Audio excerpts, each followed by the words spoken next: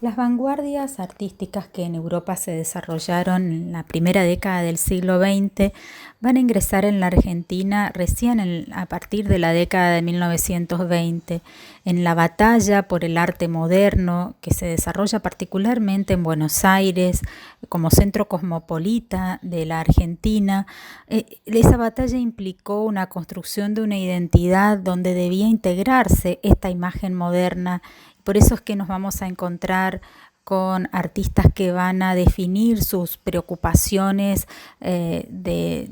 nacionalistas y tradicionalistas, mientras que otros van a tener una mirada mucho más cosmopolita.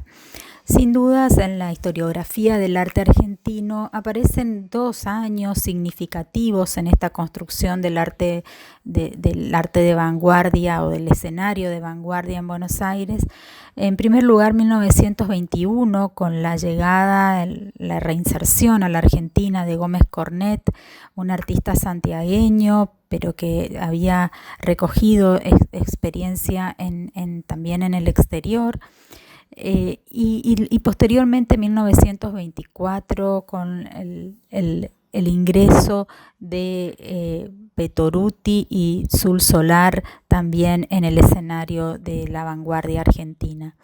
Pero es importante tener en cuenta el contexto en el que se van a insertar estas propuestas de vanguardia en una ciudad que obviamente había sufrido un cambio significativo con la llegada de la inmigración, donde el contexto donde la modernidad, digamos, se integraba en distintos aspectos de la vida cotidiana, desde la música, la arquitectura, las artes visuales y particularmente también para los alumnos de letras seguramente lo tienen a esto mucho más trabajado a partir de la literatura. Es decir, que los lenguajes literarios y artísticos en la vanguardia que se va a insertar a la vez van a estar relacionados a la conformación de grupos que se van a articular a partir de grupos literarios, pero que van a tener vinculación con los grupos artísticos. Uno de ellos, el grupo de Boedo, que tenía una intención y una perspectiva más social y que no le interesaba tanto el lenguaje como la temática social, y que por ello estuvieron relacionados con lo que vimos en la clase anterior de los artistas del pueblo, de aquellos artistas que eligieron una temática social y política. Y por otro lado, el grupo de Florida, que se orientaba a una estética de vanguardia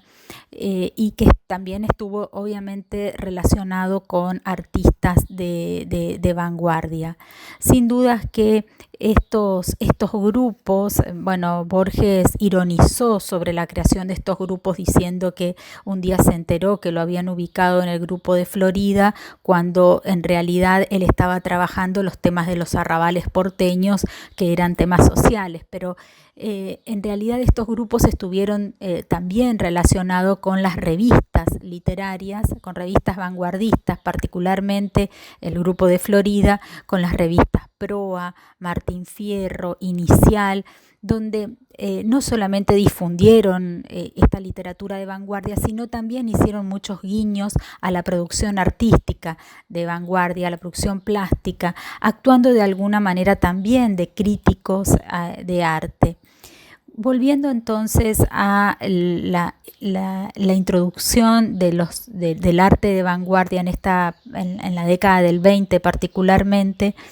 decíamos que tanto Gómez Cornet como Gramajo Gutiérrez se van a orientar en esta línea de trabajar temas tradicionales o temas nativos o temas que tuvieran que ver con la identidad ligada a ciertos contextos sociales con una estética de vanguardia. Pero por otro lado, tenemos a artistas como Sul Solar o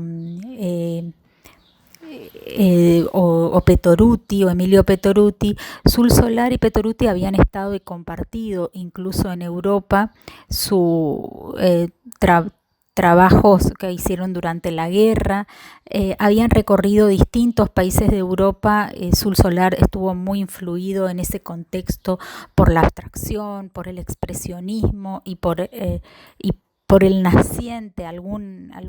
aspecto del surrealismo que todavía no se había desarrollado en Europa, pero que va a influir también en la iconografía de Sul Solar, a la que él va a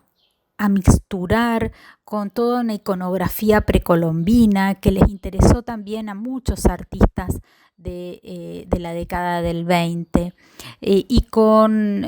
sus intereses por el esoterismo, por la adivinación, por la simbología, que van a llevarlo a construir un universo realmente muy rico, muy sutil y con una iconografía que caracteriza la obra de Sul Solar en relación a las propuestas de vanguardia que se comenzaron a dar en la década del 20. Emilio Petoruti, que se había vinculado en Italia con los futuristas, pero que también había conocido el cubismo de Picasso, también de Modigliani. Todos ellos habían encontrado entonces influencias diversas de las vanguardias europeas, y eso es lo interesante, que los artistas argentinos, pero también va a ocurrir en el resto de Latinoamérica, muchas veces van a sintetizar estéticas que en Europa podían parecer contradictorias, por ejemplo, el cubismo con el expresionismo, pero que estos artistas, al conocerlas todas juntas, pueden incorporar esos lenguajes en su obra. Así es que Petoruti, influenciado no solamente por estas estéticas de vanguardia, sino también por el conocimiento que va a tener de el arte europeo desde el Renacimiento en adelante, le va a interesar de hecho mucho los primitivos italianos y cómo va a influir entonces toda esta formación de los primitivos italianos, que también pensemos que estaban muy presentes en la Escuela de París, como en ese regreso al orden de la década del 20, con posterior a la Primera Guerra, que es la que también van a vivir estos artistas. Es por eso que a muchos de estos artistas de vanguardia que estuvieron en París en la década del 20 también se los conoce en la Argentina como los artistas de París, ¿no? del grupo de París, porque en realidad estuvieron en ese contexto del periodo de entreguerras y luego regresaron a la Argentina. Así es que vamos a ir viendo cómo el grupo argentino de París, Basaldúa, Spilimbergo, Bigatti, Del Prete, Berni, Raquel Forner, que pasaron y se vincularon con distintos artistas, y particularmente también se formaron en algunos talleres parisinos, van a introducir entonces estos lenguajes en la Argentina en la década de 1920, y se van a posicionar en un lugar diferente respecto de las instituciones del campo artístico, porque así como en Europa los artistas de vanguardia rompieron con las instituciones, en el caso argentino los artistas elaboraron distintas estrategias que buscaron romper o establecer fisuras en los espacios oficiales, como los salones nacionales, como los salones que replicaron a los salones europeos, poniendo en duda muchas veces los juicios de la crítica de arte.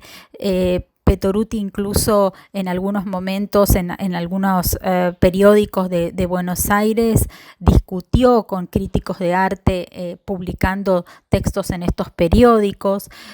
uniéndose, como dijimos antes, con escritores de ese momento para establecer un frente común ante una crítica que muchas veces fue adversa a los lenguajes de vanguardia.